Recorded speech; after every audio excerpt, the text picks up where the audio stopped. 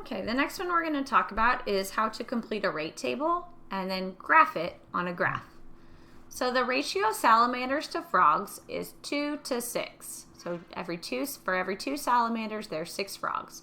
Complete the ratio table and then graph it.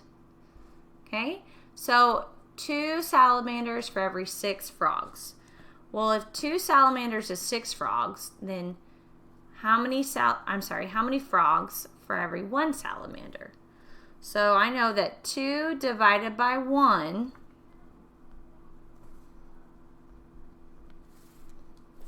2 divided by 2 gets me 1. So 6 divided by 2 would get me 3. So here's my unit rate. For every 1 salamander, there's 3 frogs. So if I have 3 salamanders, how many frogs? Well, 1 times 3 is 3. So 3 times 3 is 9. Same thing. 1 times 7 is 7. So 3 times 7 is 21. 1 times 8 is 8. So 3 times 8 is 24. 1 times 9 is 9. So 3 times 9 is 27. 1 times 12 is 12. So 3 times 12 is 36.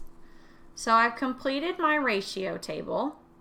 And now I want to take these and graph them. So out of my ratio table, I'm going to pull ordered pairs. So it looks like I have number of salamanders on my x-axis. So the number of salamanders up here, those are going to be my x ordered pairs. So let's write our ordered pairs here. Okay, so I've got number of salamanders on x and frogs on y. So x comma y. So salamanders is x and frogs is y. So my ordered pair is 2, 6. My next ordered pair is 1, 3. My next ordered pair is 3, 9. My next ordered pair is 7, 21. 8, 24. Sorry, that should be a 7. 9, 27. And 12, 36. So now that I've pulled all my ordered pairs out of my table and written them over here, now I can graph them. Okay? So 2, 6 over 2 up to 6. That would be a little bit above the 5, so probably about right there. 1, 3. 1 about halfway up. 3. 3, 9. So I'm going to do 3, and the 9 would be just below the 10. Remember, it doesn't have to be perfect. 7, 21. So I'm going to go 7, and then 21 would be right above the 20, which is probably somewhere around, no, I'm low. About right there. Sorry. 8, 24. So 8, here's 25, so it's going to be right under that. And then 9, 27. Well, that's not all the way to 30. And then 12, 36. So here's 12 and 36. And I think I'm going to have to draw a dot up here. Sorry.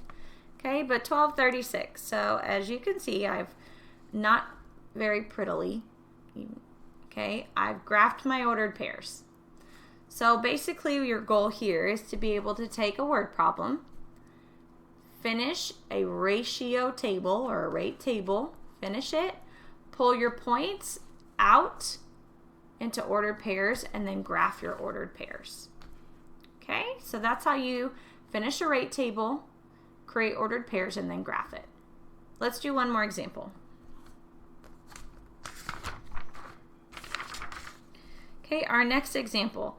Mitch's car can drive 30 miles for every 1 gallon of gas it holds. Complete a rate table to show how far Mitch can drive on 2, 3, 4, and 5 gallons. Write the ordered pairs and then graph them. Okay?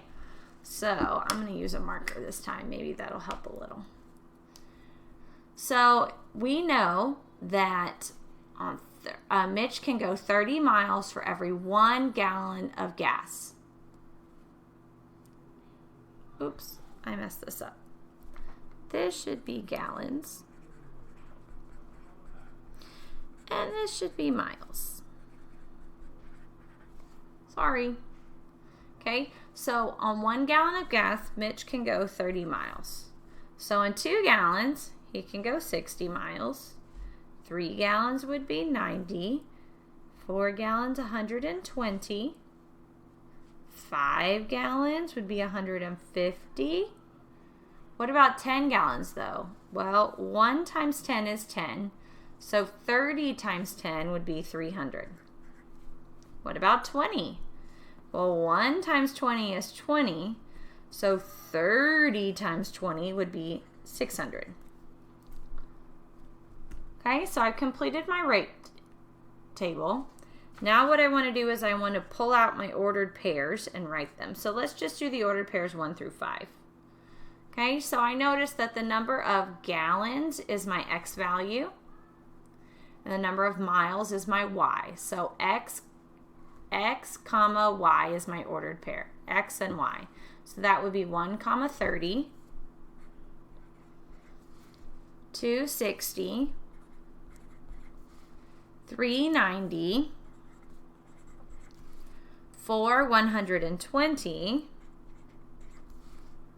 5, 150, and I'm just going to graph those because that's all my graph will hold. I can't go all the way out to 10 because my graph stops there. All right, so 130, 260. Remember, you have to go across before you can go up. 390, 4, 120, and 5, 150. Okay, so as you notice, this graph makes a straight line. If I connected all my dots, it would make a straight line. That's because these rates are all equivalent. So when they're all equivalent, it will make a straight line. If you've got a dot way up here or way down here and it doesn't make a straight line, then you've got something wrong with your rate or ratio table. So that's a way you can check yourself. Okay, so again, we finished the rate table.